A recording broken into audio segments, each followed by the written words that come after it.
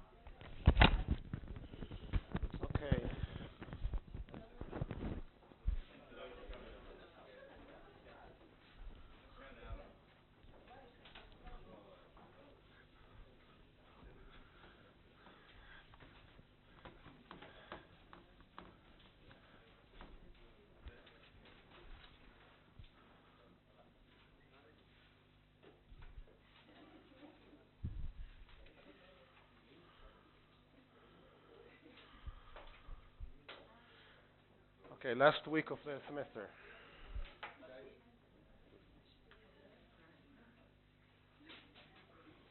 Um, I'd like to summarize the kernel method.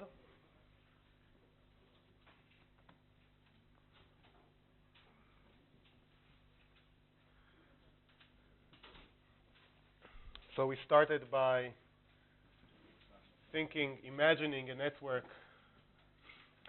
that has two layers. We start from the inputs, x1 to xn, n-dimensional. We expand them to a higher dimensional set of functions, phi 1 of x, phi 2 of x, up to phi n of x.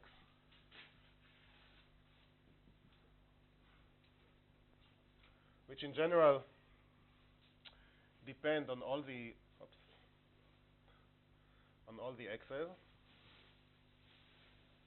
right? And then we linearly sum up these phi's to generate an output y, which with threshold, and that sets the decision for our network. So this was the original structure, and the motivation was that by expanding the dimensionality of the input to a higher dimensional space, we expect to be able to linearly separate a larger number of examples. Okay, now I will in a moment continue to discuss the details of the kernel method, because as we saw, we do not usually explicitly work in this representation.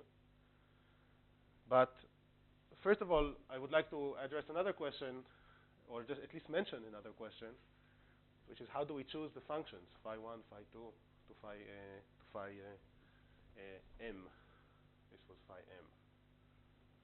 Okay, so I'm mentioning the question. I will not discuss it in depth. But it should be quite clear that if we want our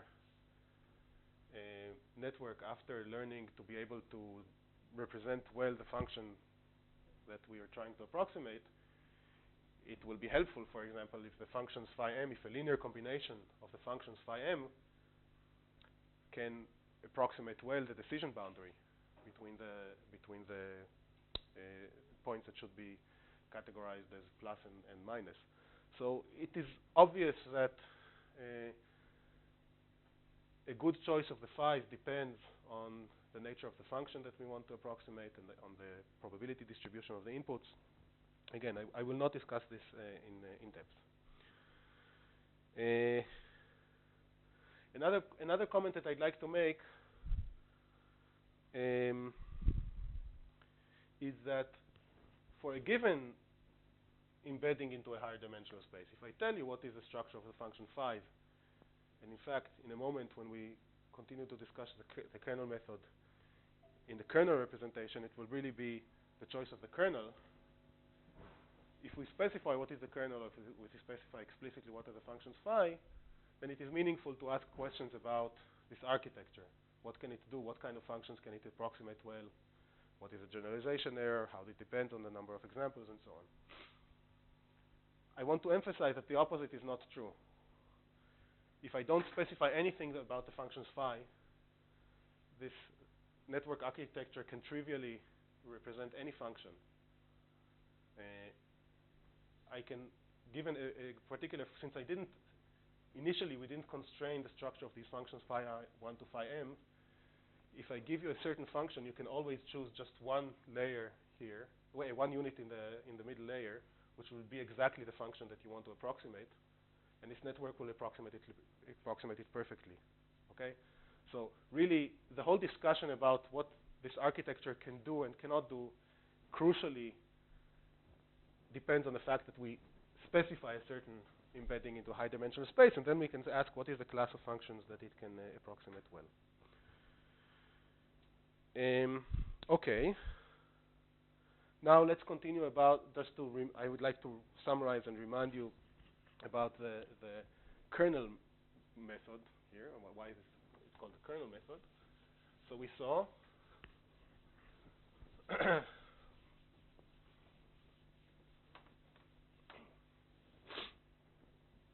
that all this, the output of this network can be written without explicitly going through the functions phi I if we can calculate the kernel k. I'll write it here. No, I'll write it here. Okay, k of x y of or x mu. That's just x and x prime.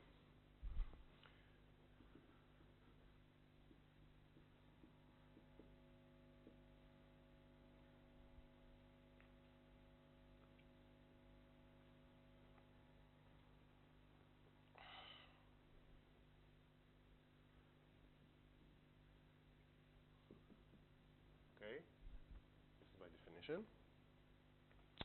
And then we can write the output of the network as a sine over some alphas y mu k of x mu x. This is already the output of the network, which has been trained, the network that has been trained based on the examples x mu. Okay?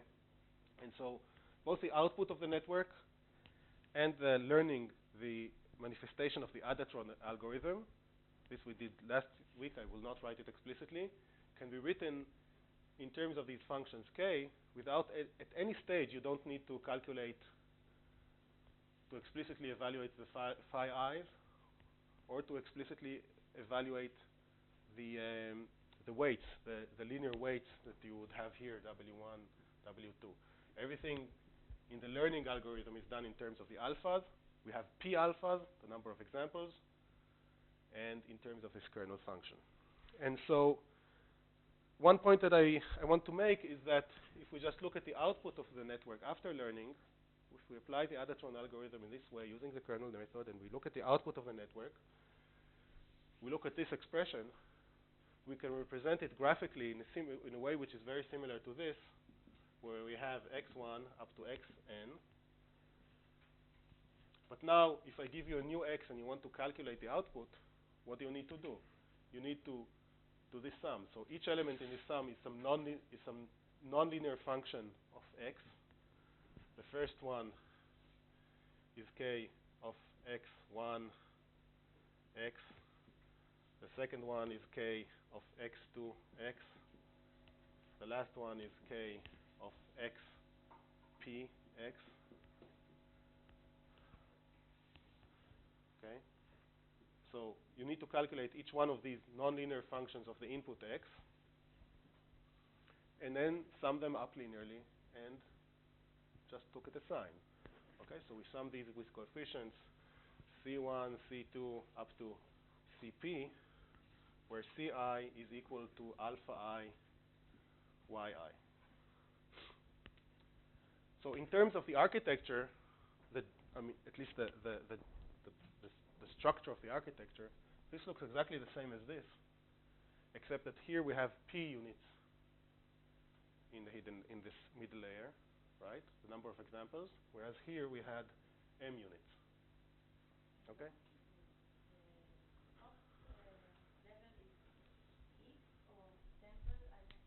This is x. This is so. Okay, we trained the network based on p examples. Now I want to apply this network to categorize a new example or a new input. And so the input is x. So and that's the top level. It's yes, x1 up to xn are the elements of x. So why x1 goes to? Okay. This is I didn't realize. It's good that you asked. I didn't realize that this notation is confusing. Here the indices represent the mu's. So let's, okay, mu equals 1, mu equals 2, and this is mu equals p. Okay, this is the index of the example.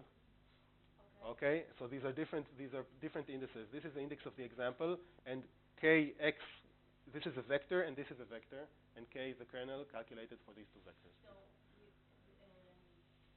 k shouldn't it be connected to all the no, because elements No, it is connected to all the elements. Yes, yes, it is connected to all the elements. Yes. It is connected to the element of x because it receives x vector as an input, right? So, but this is fine. This is what we allowed also in this architecture. Yeah, I wasn't sure of that too. P smaller than n? Right. So the whole benefit of the method is typically that the idea is we want to embed the examples in a very high dimensional space. This will allow the problem to be linearly separable. And then, but we have a smaller number of examples on the dimensionality. As you'll see in a moment, often this dimension is not only large, it's infinite. I'll explain this in a moment. Okay, so the last point that I discussed yesterday, not yesterday, last Wednesday,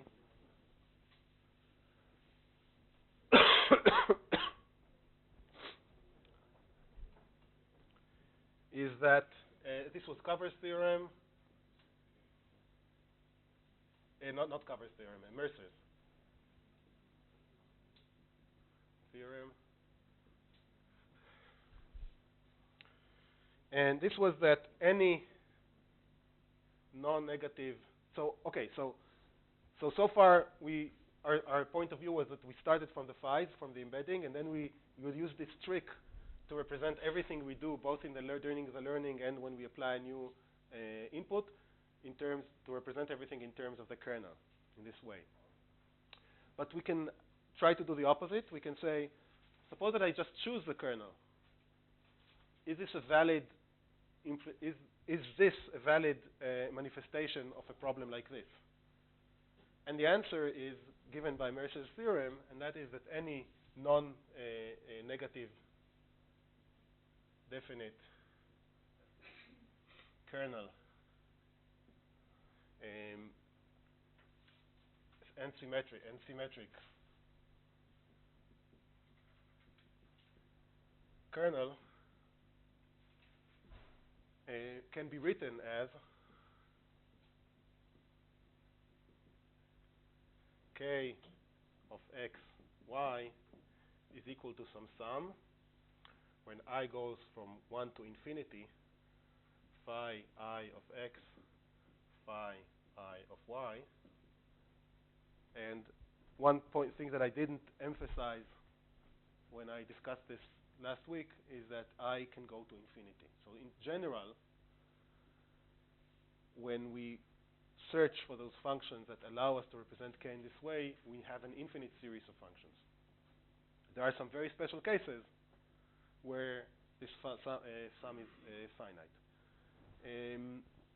And therefore, in general, if we start from writing the kernel, what we're actually doing is that we're embedding our examples in an infinite dimensional space. Okay? The other point that I'd like to emphasize, to just mention, is that I'll put quotation marks here because there are, obviously, this is a mathematical theorem. There are several mathematical restrictions, requirements about smoothness, the function has to be bounded in certain ways. I will not go into this in depth. Okay. But the conclusion from this is that any function k, which is non-negative, definite, and symmetric, and I wrote down what I mean by that last time, is a legitimate choice for a kernel. And now I just want to mention a few kernels very briefly. Kernels that people work with.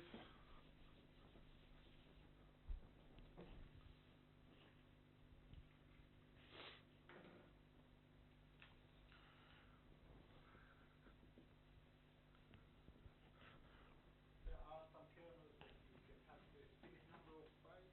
Yes, one very simple way to generate them is to explicitly generate them as a sum, right? Choose a certain set of phi and write the kernel explicitly in this way. But in fact, okay, we'll write one in a moment, so we'll see an example. Okay, so some kernels that people work with, Gaussian kernels, k of x x prime is equal to e to the minus x, the distance between the vectors, or the x and x prime in n-dimensional space, divided by 2 sigma square, where sigma is a parameter. And this is sometimes called also a radial basis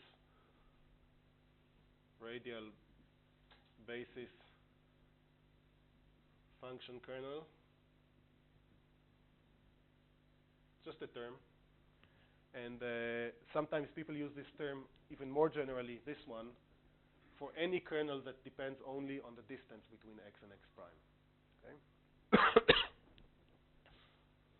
This kernel, by the way, if you try to expand it using these functions, phi, you find that you need an infinite set of phi's in order to represent this kernel.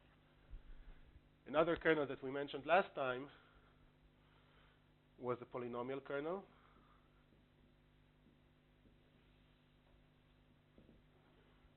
K of x prime is equal to 1 plus x dot x prime to the power d. And this kernel, in fact, can be represented using a finite number of functions, phi. And we actually kind of saw it last time with an example for d equals 2. The functions phi are up to some coefficients. They are all products, polynomials. They are all polynomials involving products of elements of x up to power d. And finally, 3, logistic kernel.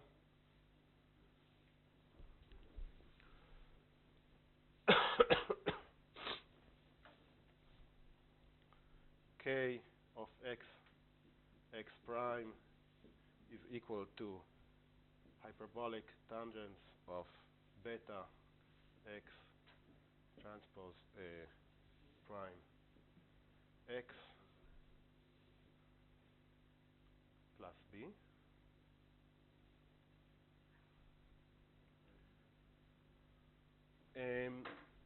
This kernel is positive definite only for some choices of the parameters beta and b. Okay.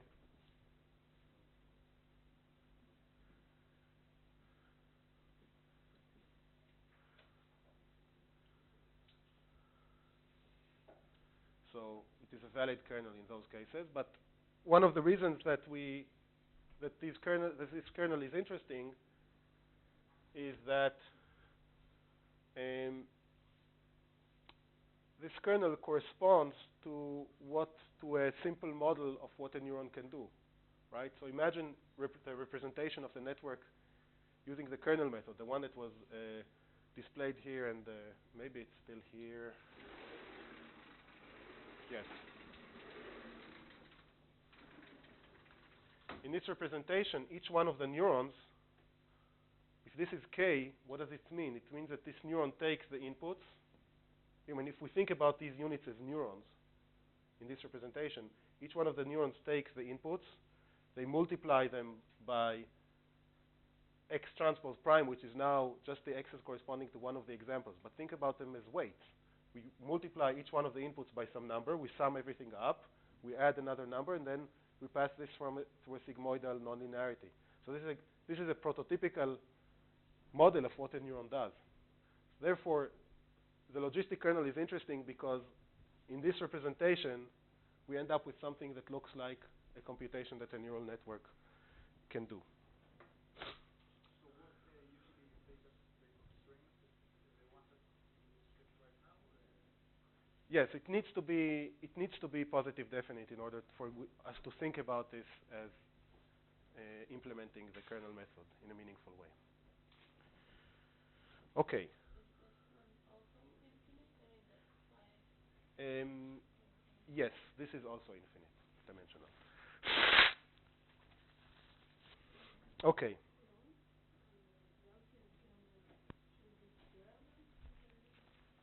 I think that it should be. Yes. Thank you. I mean, this is fine too, but what people call the Gaussian kernel is with a square here. When the dimension is infinite loop, it means that the separable are separable only in infinite dimension. Well, maybe they're separable. Maybe they're linearly separable also on a smaller dimension. But we're embedding them in an infinite dimensional space and trying to linearly separate them there. Okay? It is possible if you have another kernel that is smaller. Yes.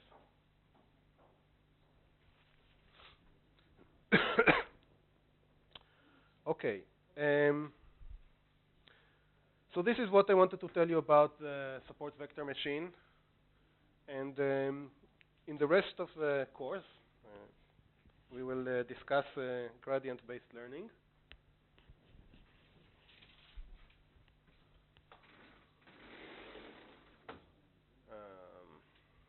Okay.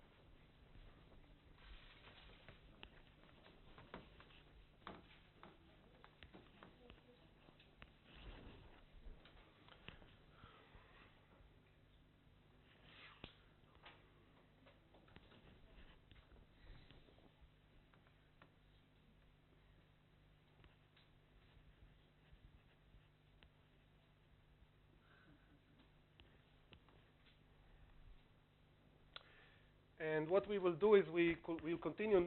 We will go back now to the problem of approximating a continuous function. So remember, we started by discussing linear networks that receive a continuous input, generate a continuous output, which is a linear transformation of the inputs. Then we discussed dichotomies, and now I'm going back to discussing continuous functions, but now I'm not going to limit my discussion to linear networks. Okay, so we want to approximate a continuous function. Let me just explain the notation. The function that we are trying to approximate is I'll denote it by f. Okay, it's going to be a scalar function for simplicity. And we have some network which takes the input x and generates an output y, which is a function of the input. I'll denote this function by large F. And it also depends on the choice of some weights which represent some internal connections within a neural network that implements this calculation. How this function exactly looks like depends on the details of the neural network that we will discuss. Okay? But we imagine that there are some weights there that we're free to adjust, and this will affect the input-output relationship of this network. Okay? Now, what is our goal? Our goal is to learn from examples. The examples I will denote by x mu and y 0 mu. Note that here I'm using a slightly different notation than before. In the examples, I'm denoting the y's by y0. Okay, y0 of mu is equal to f of x mu. Okay, and mu goes from 1 to p, maybe, or okay, we have some set of examples. And the first approach that we will consider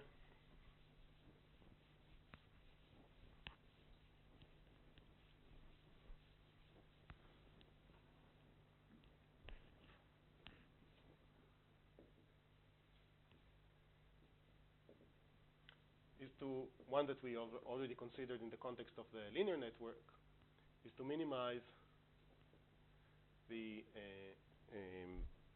training error.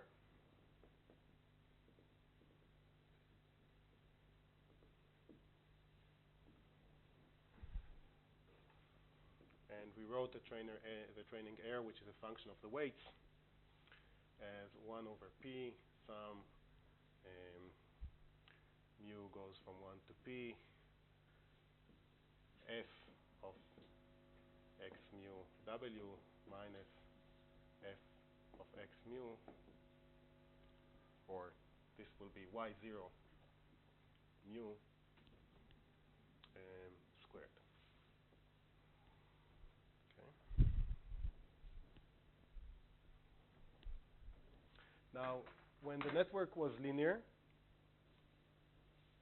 when this function was linear in the weights and in the inputs, we were able to achieve this minimization, to find the w's that achieve this minimization by inverting a matrix, by using linear algebra. Okay. Essentially, it's solving a set of linear equations or inverting a matrix.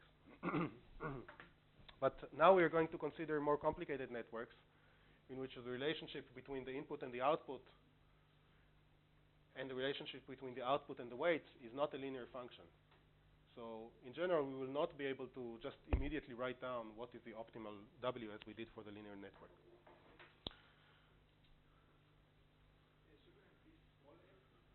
Maybe. Just a second.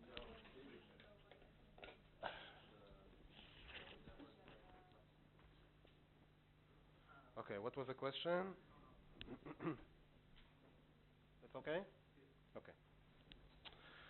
So, so the simplest approach to solve this problem where f is a nonlinear function is to use gradient descent.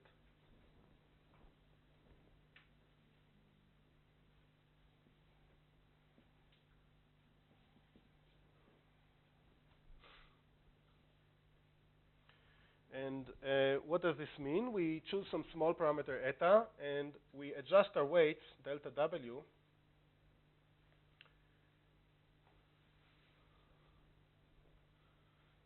in the following way. In each step, we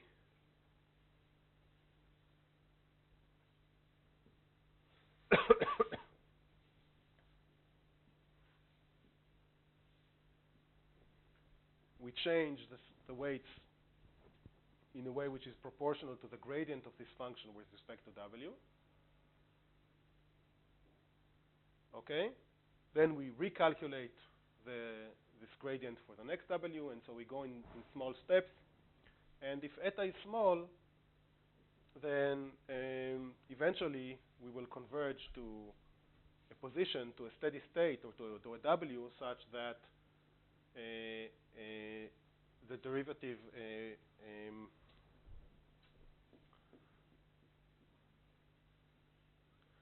of ET of W with respect to W will be 0. So now the elements in W are nonlinear? No, the elements of W's are numbers, so it's not. So you cannot ask whether they're linear or nonlinear. They're numbers. So But the nonlinearity is in F. Okay, imagine a neural network of sigmoidal units. So there are nonlinearities in what the network is doing. Okay, we'll discuss this explicitly in a moment. But I'm just discussing the general framework. So, What are the role of the weights? well, okay, just imagine. Okay, imagine some neural network where each unit receives inputs from other units, sums them up with some weights. These will be the W's, and then generates an output which is some nonlinear function of its input. Okay, and then these units are connected. So, for example, the weights.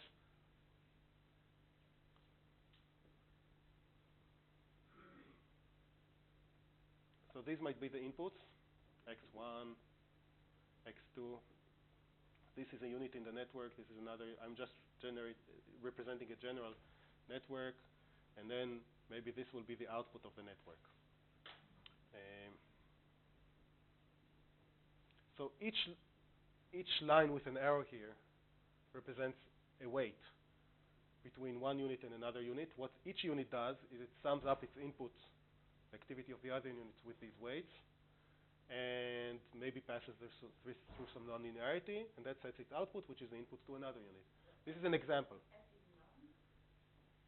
Well, Why are we yes. only trying to Yes, so if I define what is the calculation that each unit does, the only three parameters that I'm allowed to, the game that we're playing is that the only three parameters that I'm allowed to adjust are the weights. Okay? I'll write it down explicitly in a moment and it will become more clear. But this is the kind of situation that we're imagining. We have some particular network, particularly we're not changing the structure or the architecture of the network. All we're allowed to vary are these weights, and this affects the output that in the end the network will generate. Okay? Each one of them uses the same nonlinear operator? Maybe yes and maybe no. Right now I don't want to commit myself. In a moment I will say yes, but right now this is a general discussion.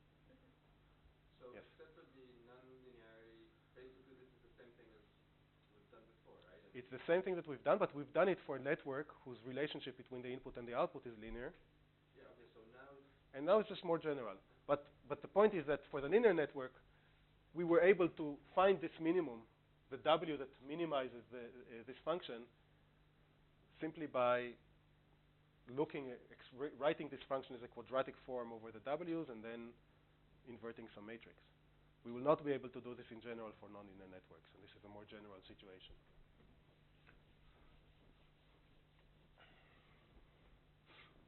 Okay.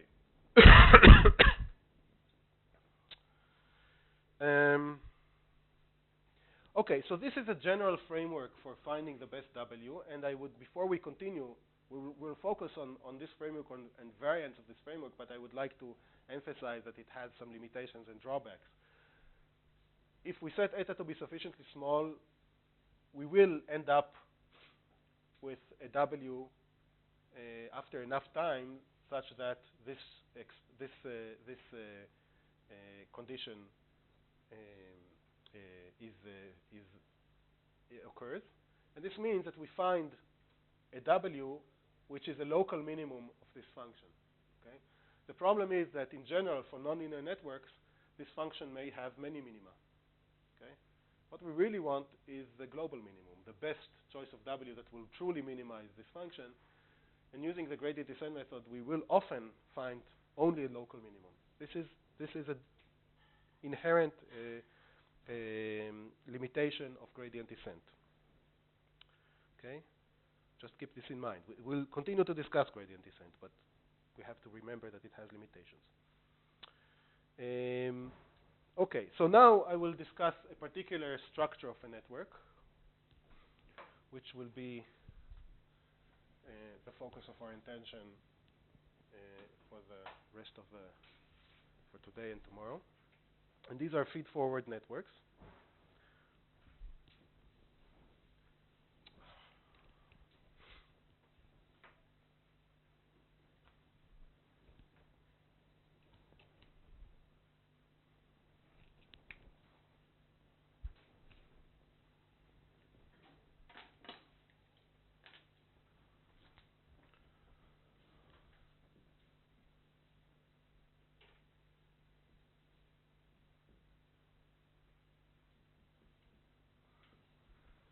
So we imagine the following architecture. We have our inputs, x1 to xn.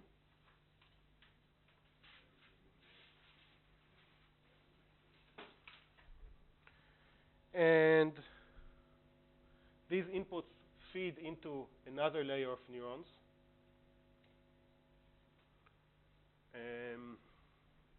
Which I will call sigma 1. I will call this whole vector sigma 1. Okay, so this will be sigma 1, 1. This will be sigma 1, 2, sigma 1, 3, etc. Sigma. And I will not specify right now how many units we have here in this layer. And in general, we allow connections from each neuron in the input layer to each neuron in this second layer of neurons. Okay? All-to-all connections. Now we add another layer, sigma 2, the number of neurons in this layer does not have to be the same as the number of neurons in the previous layer.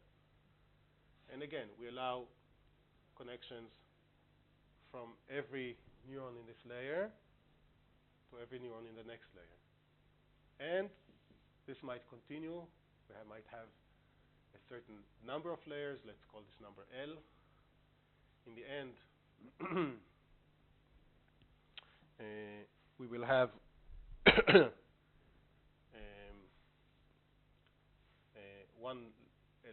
last layer.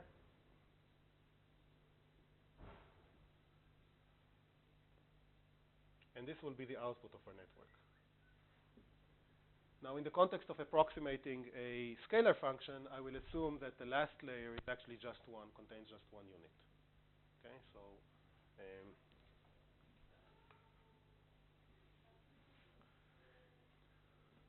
for a scalar function,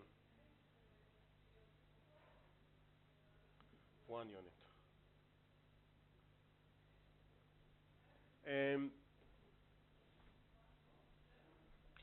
Just in terms of notation, this is called a network with L layers, although in some sense you see that there are L plus 1 layers if we count also the inputs. But we count only the layers coming after the inputs. So these are the neurons. The inputs we imagine are outside our network. Okay, so we have L layers. Again, the last layer will be just one unit if we want to calculate a scalar function. And all the layers except for the last layer are called hidden layers.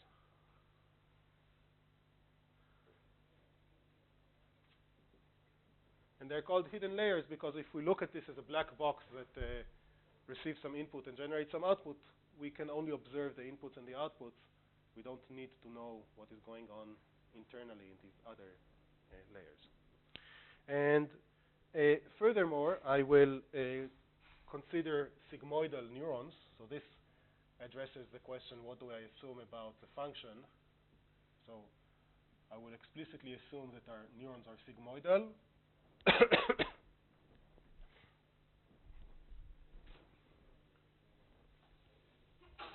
So I will be able to write the activity of neuron I is this vertical direction. In layer L, this is this direction, as some sigmoidal function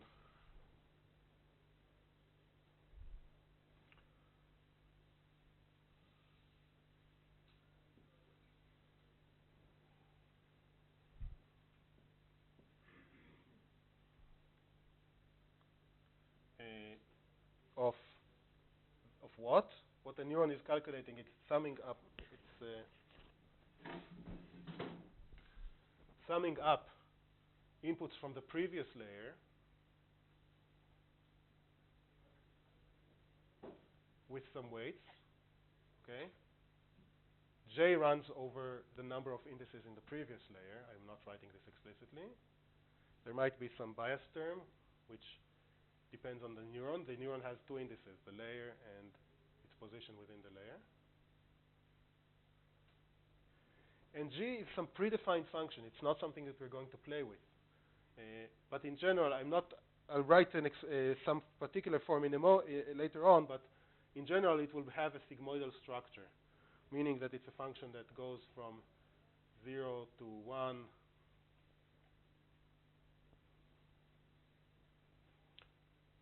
So this is G of x as a function of x.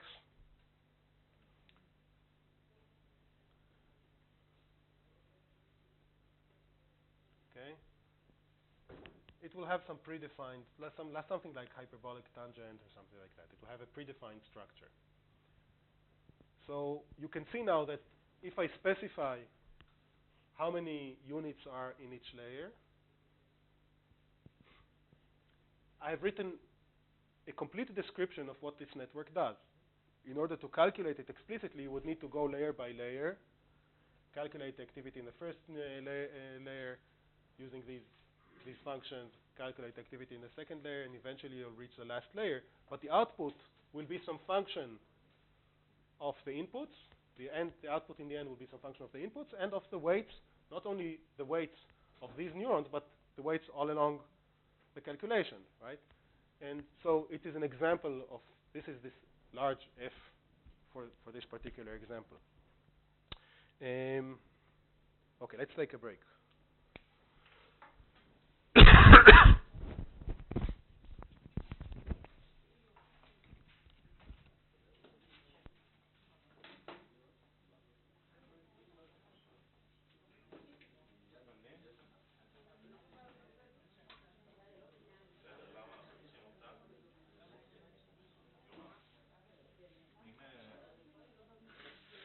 אם אתה מכיר את ה-F הזאת, אז אפשר למצוא גלובל מינימום.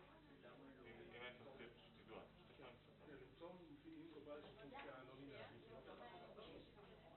יכול להיות שזה ביטוי מאוד מסובך. זה לא עובד. לא, נומרית. נומרית זה לעשות גרדיאנט דיסנט. אבל בגרדיאנט דיסנט זה לא סיים, אתה סיים בלא כאן מינימום. וגם כשאתה תסיים נומרית בכלי אחר, יכול להיות שתמצא את הגלובל מינימום, זה יכול להיות שלא. אין שיטה נומרית שמוכתב שתמצא מינימום גלובל. אין דבר כזה. יש שיטות שהן יותר רובסטיות ויותר נוחות למצוא את המינימום. לא שמעתי על שם. גרדיאנט דיסנט הרבה פעמים לא כל מיני בעיות. יש שיטות שהן יודעות קצת לחפש מחוץ לזה, אבל אין משהו שמובטח שימצא לך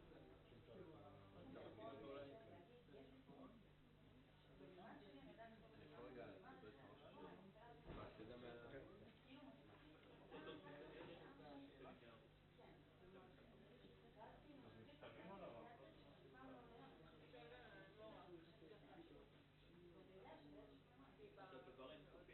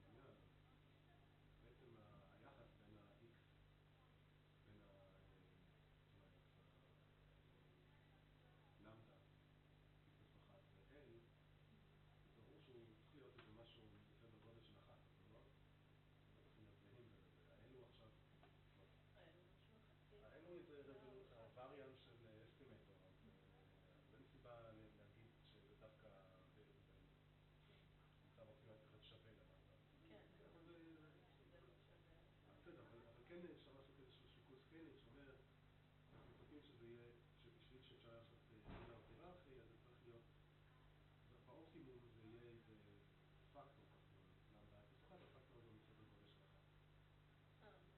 אז אם נכניס את הפקטור הזה, זה קצת ישנה כל מיני דברים. לפחות אצל בעל סוברמניאן, זה גורם לזה שה-R במקום להיות שורש 2, הוא יוצא שורש 2 כפול הפקטור הזה.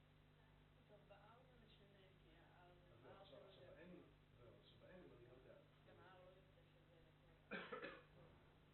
יכול להיות שהוא נכון, נכון, הוא לא יוצא שווה, אבל אני חושב שהוא כן יוצא, כמו שאמרנו, לאחרונים. כן. טוב, תסתכל. אבל, מה זה לעשות? הוא שואף לאן שהוא כן, יכול. כן, ככל כן, שאני ברור, מדברת. ברור. אבל נדמה לי שעל ה-F זה לא ישפיע. יכול להיות, אוקיי. X זה ממש ביטוי פשוט.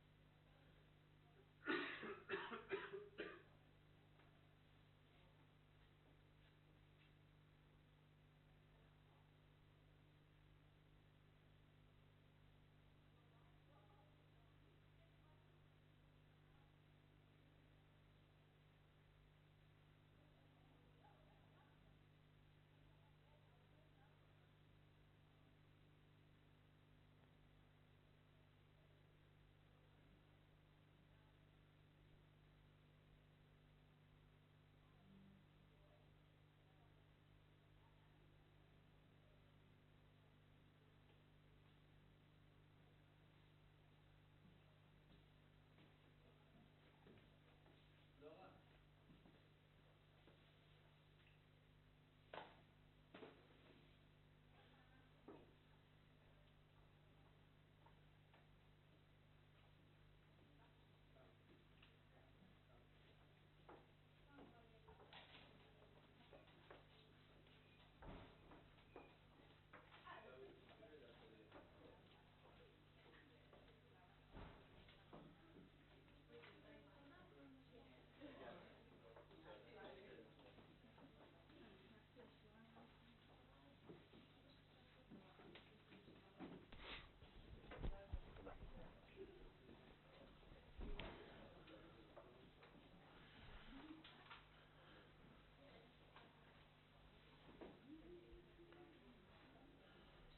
Okay, so we're continuing to discuss this feed-forward architecture, and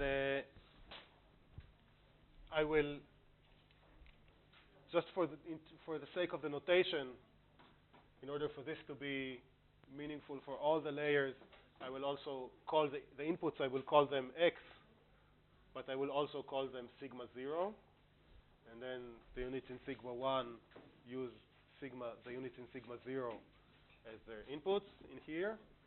And we will also call the output layer sigma L. I will also denote it by Y.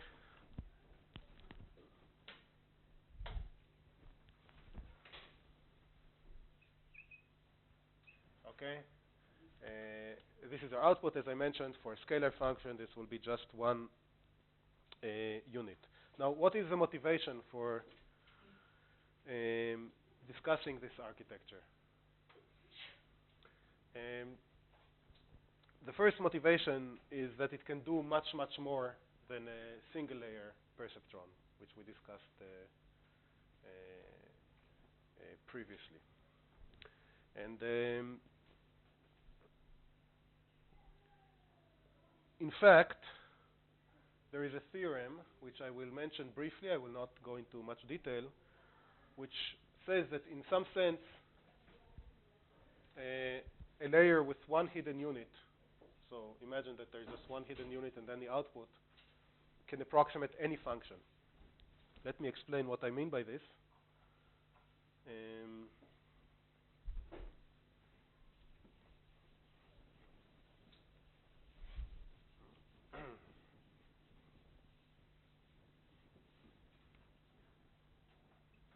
Regardless of its size? No, not regardless of its size. Um,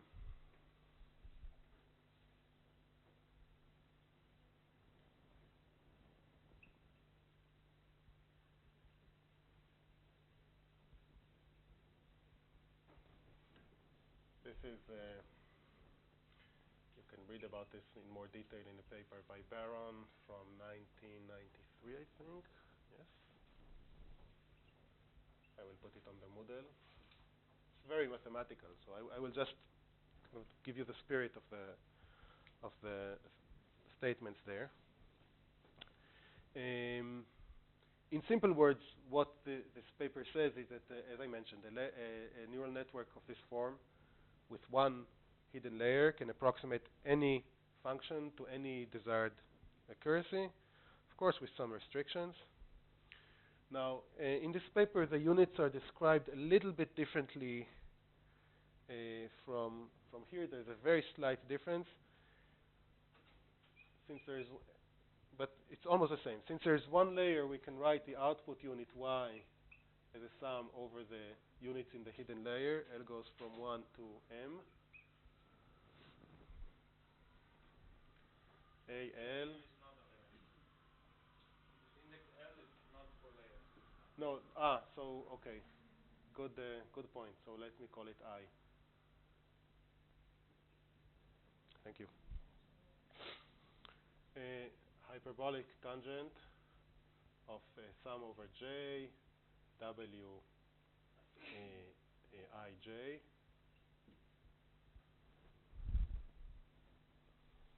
xj plus bi plus c0. Okay, so this corresponds to a neural network of this form, except that I added the c0. It's in the paper. Let's leave it there. So, okay, but up to that slight, very slight modification, what you see here is that you can think of this as the output of each neuron in the hidden layer, and then we're summing these linearly. So actually, in the output, we're not applying a nonlinear function. So this is another small difference. We're applying the nonlinear function only in the hidden layer. And in the hidden layer, the output of each unit is the sum over the inputs with some weights plus some offset, and this goes through a sigmoidal nonlinearity. Okay, so this is the architecture and setup which is considered by Baron. And what he shows that under some conditions on f of x, which is a function in n-dimensional space. Under some conditions of the functions, which I will not specify in detail, these are more or less conditions on smoothness, boundness, the fact that the function is bounded, and so on. Under these conditions, there exist a, AI, wij, vi, and c0, such that the average of y of x, this y as a function of x, minus f of x squared, and by average I mean an average over the distribution of some distribution of x's. So imagine the x's are drawn from some distribution.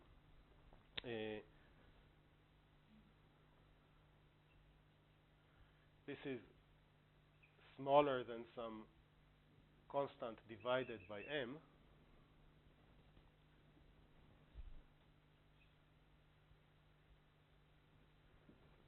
okay? And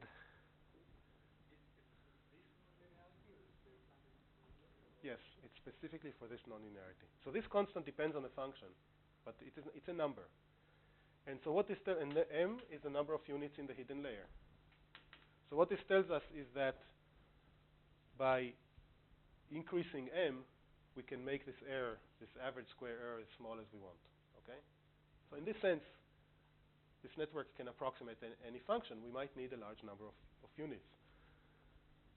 But this is quite good. This tells us that we can, with a reasonable number of units, achieve a desired error. The less optimistic perspective coming from this paper is that if one asks how this A depends on the dimensionality of the input, in general, I will not explain. This is a bit of a fuzzy statement because it depends also on the function. But if you ask how A depends on the dimensionality of the input, it's exponential in the dimensionality of the input. So for large dimensional inputs, you might need a huge number of units in the hidden layer in order to make this error small. But at least in principle, this architecture, even just with one layer, can approximate any function. That's good news. M is the number of the layer? No, m is the number of neurons in the single hidden layer. Okay, so no, that's... What did I say? You said that if A for large dimension... We might need a huge number of neurons, neurons, not layers, neurons in the hidden layer. Yes. For twofold function for increase vector density?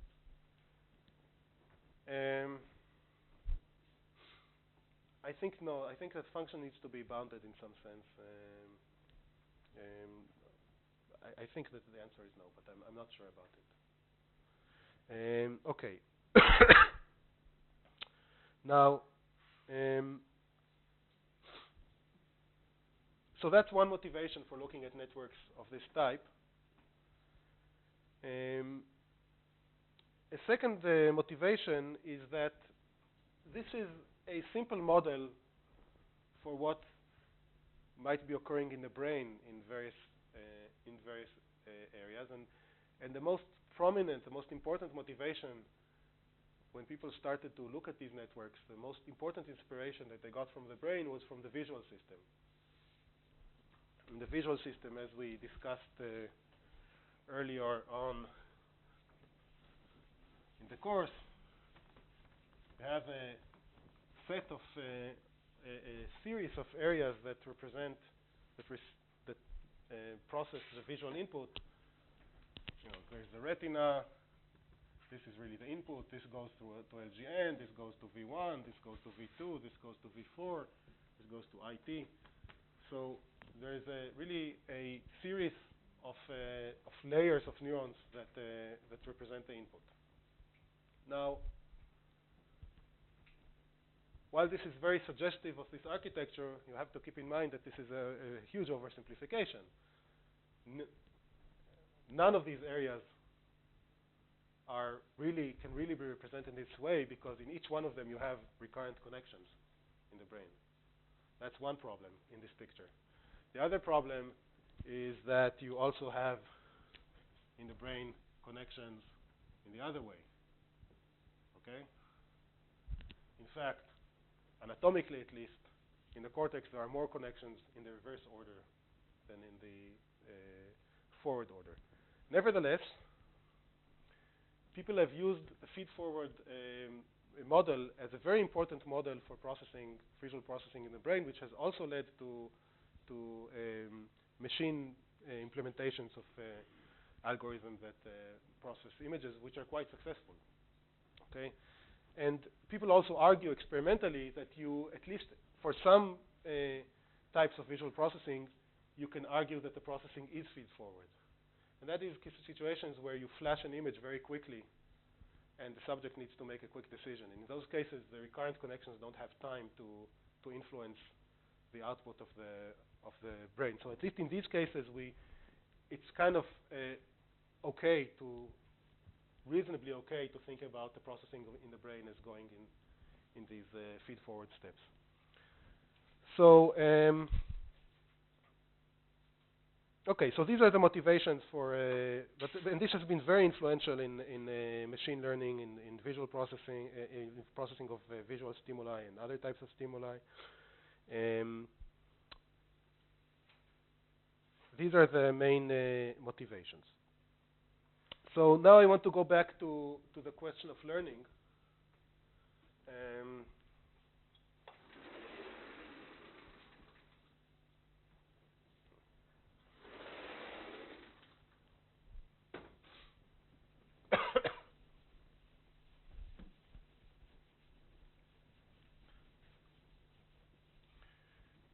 Just take what I've done in general and what I discussed about gradient learning and apply it specifically to the feed-forward network. What we want to do is to take the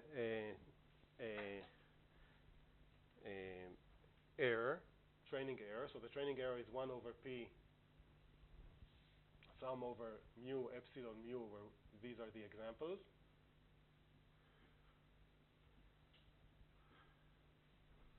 And epsilon, and we want to minimize this thing. And epsilon mu is, okay, I'll put here a half, but this is just for convenience. Yi mu minus, or y mu minus y0 mu.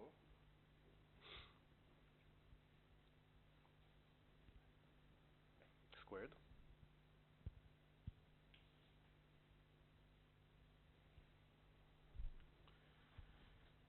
And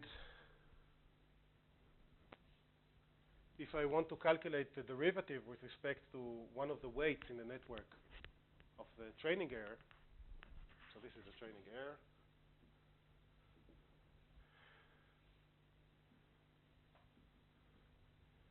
In order to optimize the weights, I have all the weights in the network as parameters that I'm free to play with, not only the ones in the last layer, all the ones connecting any layer to the next layer. And so this is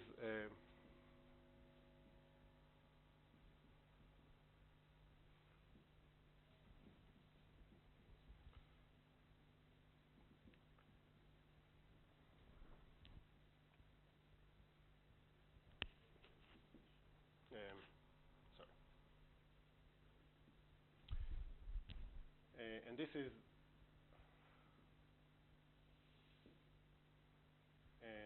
and the weights also have a layer index on them, right? So in general, we need to take each one of the examples and calculate the derivative of the error for that example with respect to all these weights. Okay?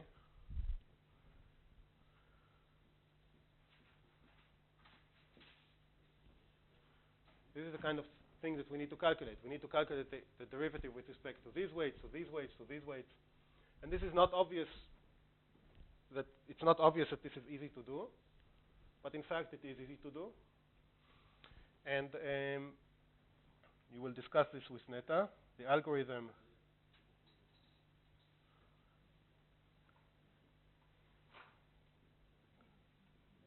to calculate these derivatives, the algorithm to calculate these derivatives is called the backpropagation algorithm. It's nothing more than a technical bookkeeping method to calculate all these derivatives, because if you want to calculate the derivative of the activity of this neuron with respect to something, then you need to calculate the derivative of the activity of this neuron with respect to the activity of these neurons. The activity of these neurons really depends on the activities of the previous neurons. In this way, you can see how you will get a kind of a complicated way for how the activity of this neuron depends on the weight which sits here. So the backpropagation algorithm just provides a convenient method to calculate these derivatives. Again, you'll discuss this with Neta. Historically, it was an extremely influential algorithm in the 80s. So it was really discovered apparently sometime in the 60s and forgotten.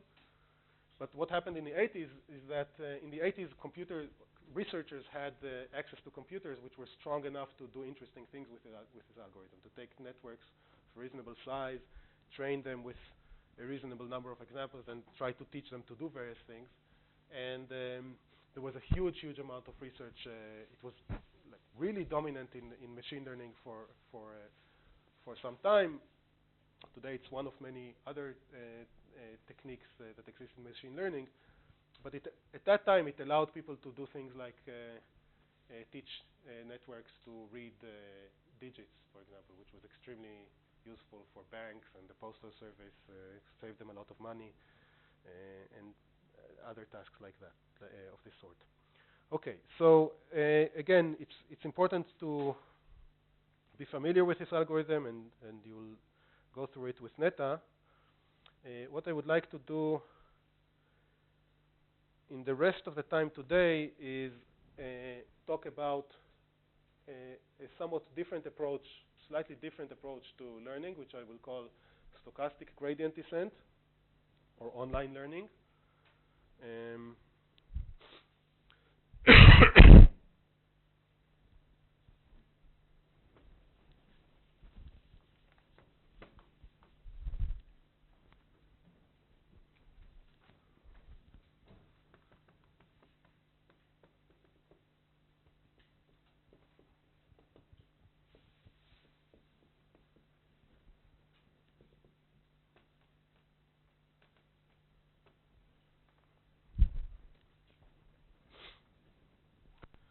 So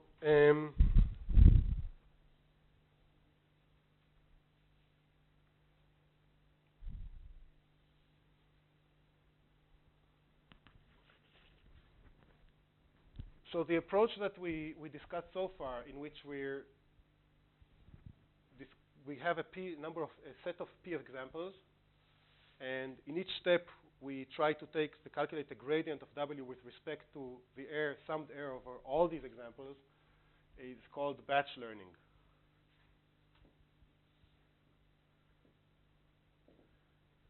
Right? This is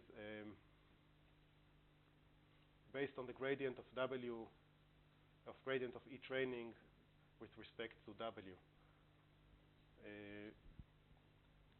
on a set of P examples.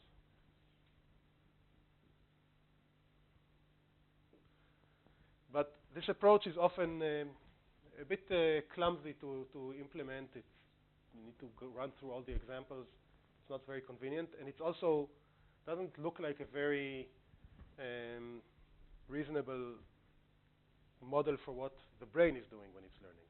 We don't imagine that we see a set of 200 examples, and then our brain runs through these examples again and again and adjust the weights in order to improve the error on them. Maybe it's a viable model for computation in the brain, but it seems more reasonable to think of another form of learning where we keep being presented with examples randomly, and we learn from each example individually. So this is what we will try to do here.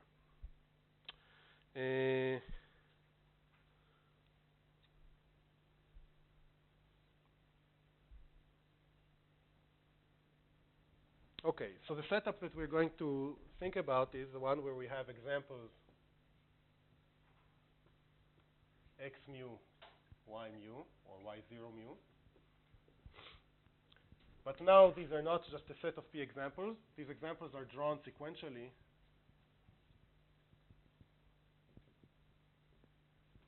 from some distribution P of x. We don't repeat the same example again and again, or the same batch set of examples again and again. And our learning rule will be some rule of the following form: Wt plus 1 is equal to Wt plus some function of xt plus 1 and y0t plus 1.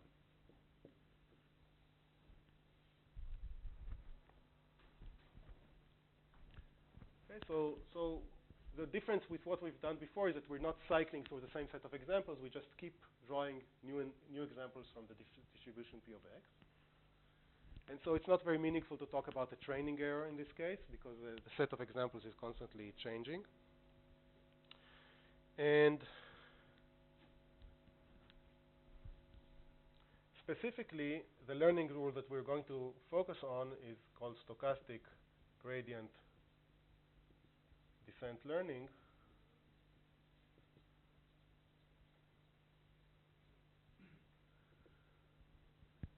And in this rule, Wt plus 1 will be equal to Wt minus eta times the gradient with respect to W of the error for the specific example that we're observing. Yes.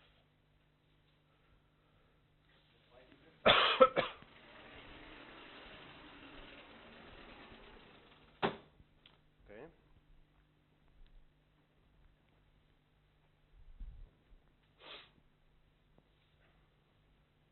And eta is some small parameter.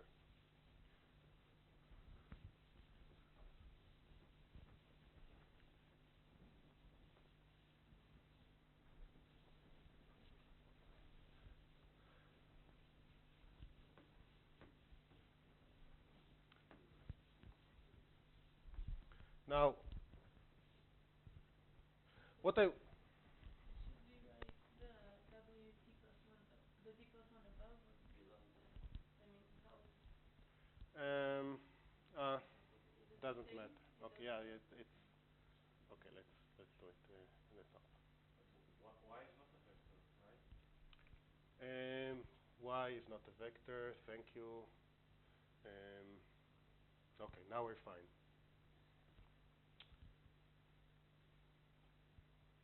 Okay, so the weights. What does this mean? It means that at each step we have a certain weight. We are shown another example. We calculate how the error for this example would vary depending on the weights at the value of the previous weights. We calculate this gradient, and this is the adjustment that we make to the weights. Yes, of course. In each example, we see y0 and we know what the x and we know the y0. Now, I would like to point out that there is something odd about this update rule. Imagine that we have somehow, through this algorithm, found the best possible W, the W which minimizes the error, the generalization error, the probability. I mean, what we want to do is to minimize the error over the whole space, the average error over the whole space of possible inputs. Okay, so maybe I'll write that explicitly. What we want, our goal, is to minimize EG, which is the average over possible inputs of epsilon of xw. In other words, this is an integral over the possible inputs, epsilon p of x, epsilon xw. This is what we want to minimize. Imagine that our W has reached that point, that particular x, in which this is minimized.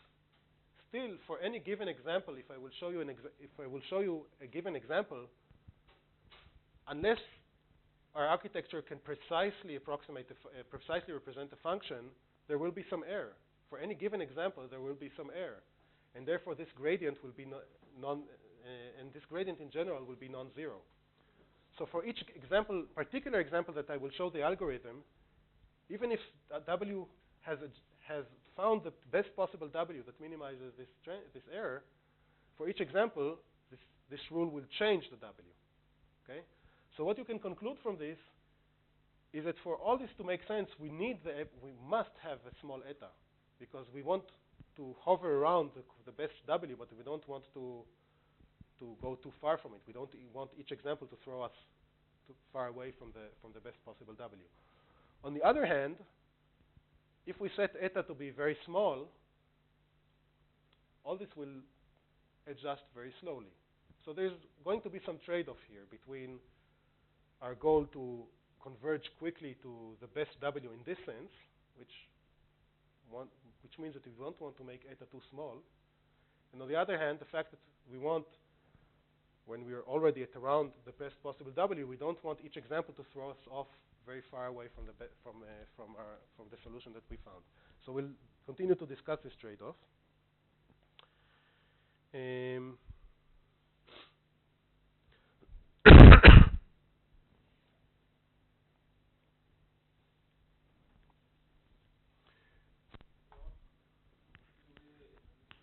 have any knowledge on whether W can be the exact function f, so the generalization error can be 0? We don't assume that, and Because if so, then if we are able to find the W such that this error will be 0 for every possible example, for every possible x, in that case it will also be a minimum, because remember, epsilon is bounded below from 0, so it's a minimum. In that case, the gradient will be 0 for every possible x, and then this algorithm will really converge to that W. But that's not the general case. We really don't imagine that our network can reproduce exactly the function for every possible example. Yes. Basically, you iterate steps over time and then add another example, or each step is just one example. So each step you add a new example. yes, and the examples are just drawn from the probability distribution P of x. Okay? You said that we don't repeat the same example twice. Well, what is it? If you have a continuous distribution, the chance that you will repeat the same example twice is 0. But what I meant to say is that I don't intentionally repeat the same example twice. It can happen. Okay? All right.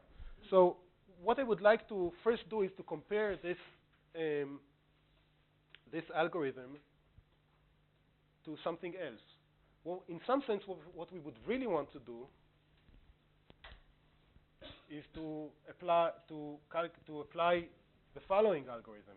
Wt plus 1 is equal to Wt plus minus eta gradient with respect to W of E generalization of W, where E generalization is what I've written here. If my goal is to minimize this algorithm would be simply a gradient descent algorithm that will approach the best possible W. Okay? This is not stochastic. This is gradient descent for minimizing EG. The problem is that I don't know. Typically, the situation is that we don't know how to calculate this thing. In order to know how to calculate this thing, we need to know what is the distribution of inputs, and we need to know what is the error of our network. We need meaning that we need to know what is the true function for every possible value of x. The scenario that we're considering now is one where we're learning from examples, so we don't know how to calculate this. Okay? So this is what we're doing instead. Now, one thing to note is that at least on average, if I ask what is the average change in W in a single step, the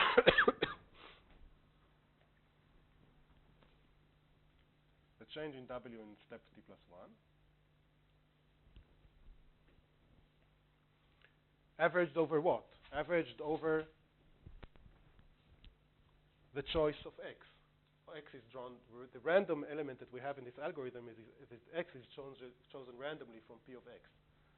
So this is really over the distribution of x T plus 1. Anyway, this average, what is it? It's the average over x T plus 1 of the training error. So this is exactly what we call the generalization error for the weights Wt. So on average,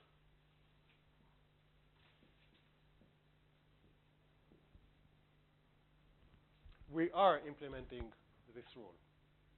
Okay? But again, at any given instance At any given example, we're doing something different. So the picture that we should have in mind It doesn't really mean in this sense that it's g of x of t plus 1, right? I mean, it should be the same for all. yeah, it's just that that's right, but it's just that this is explicitly the variable that affects the updated step t plus 1. So the picture that we should have in mind is that we can think about the very large dimensional space of possible weights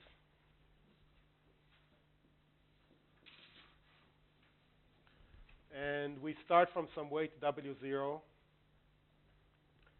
We draw some example. Based on this example, we go to some weight W1. From this, we go to some weight W2.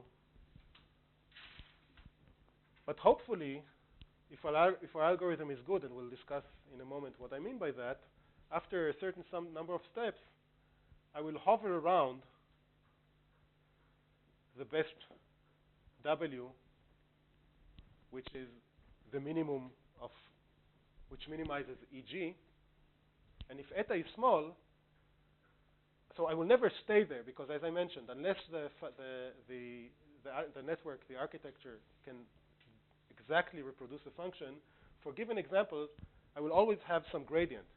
But if eta is small, I will kind of hover around the weight that we want that I want to have, the weight that minimize the generalization error. Okay, so one issue which I'm going to ignore is the fact that for any gradient descent algorithm, regardless of if it's stochastic or not, even if I would just apply this algorithm, if I would know how to calculate EG precisely, and I would apply this algorithm, I might fall into a local minimum. Okay?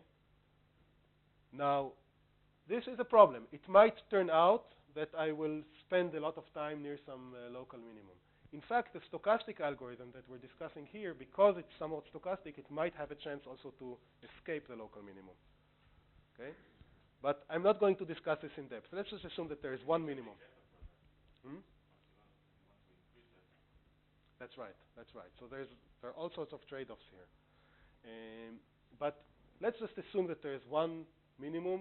In that case, we can hope at least that the algorithm will approximately perform the gradient descent algorithm. It will reach approximately the best W, but it will obviously not just stay there. It will hover around it. So what are the kind of questions that we can ask about this? Now, before I ask questions, why do I call it a stochastic gradient descent algorithm? Because each step is random. Why is it random? It's random because I'm drawing randomly an example. Okay, that's the source of randomness in this algorithm. Okay, so what are the sources what are the questions that we can ask about this algorithm?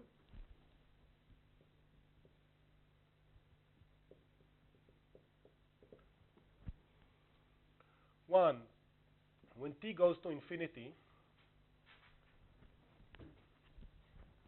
suppose that I run this algorithm for an infinite amount of time.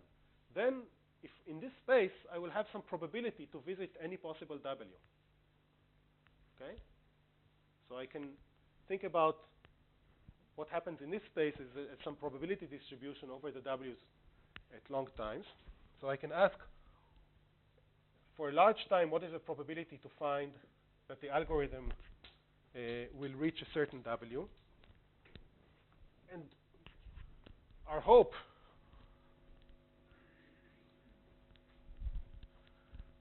is that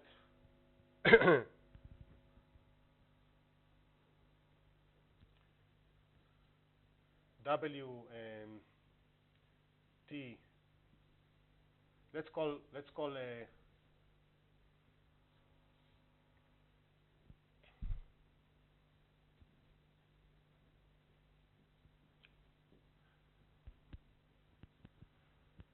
this probability distribution after an infinite amount of time, P infinity of W. Our hope is that this probability distribution will be such that the mean will be close to W star. W star is the W that minimizes the generalization error.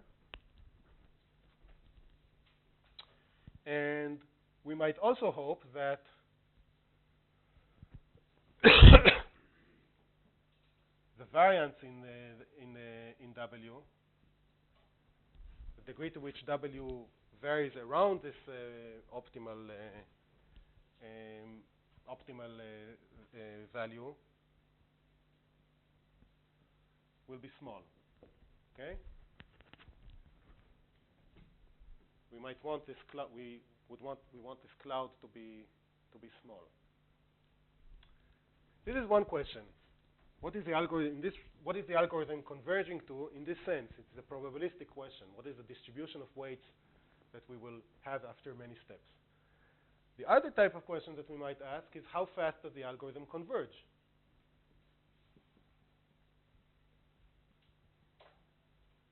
So if we look at the distribution of weights after one step of the algorithm, obviously it will be very different from the optimal weight.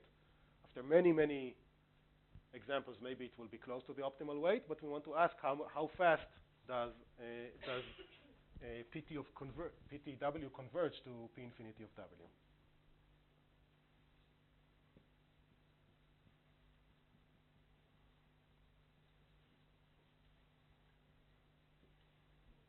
In this sense, how fast does the probability distribution after P examples become close to the probability distribution after infinite examples?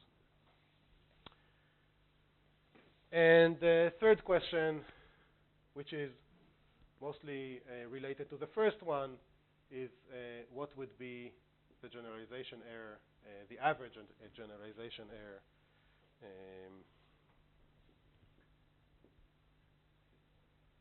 of W at infinity. This is related more to this part of the question.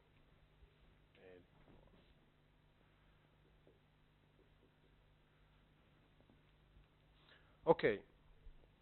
So based on our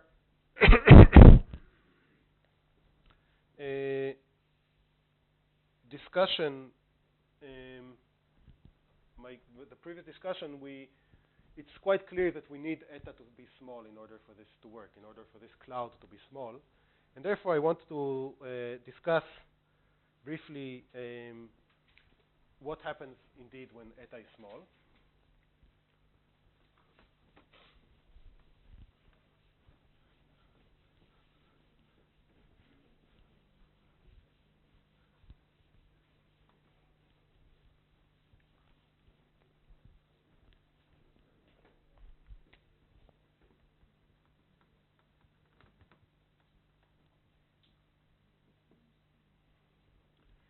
And the first thing that I want to convince you in a bit of more mathematical rigor than what I've done so far is that indeed when eta is small, our algorithm is approximating what we would want to do, a gradient descent on the generalization error.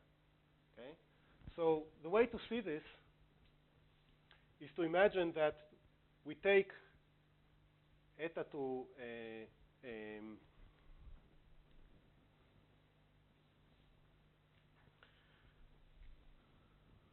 infinity in a particular way. So consider replacing eta by another eta, which is 1 over m eta. Okay. But instead of now looking at what happens after one step of the stochastic gradient descent algorithm, let's look at m steps. So we replace eta by an eta which is m times smaller, but instead of taking just one step, we take m steps.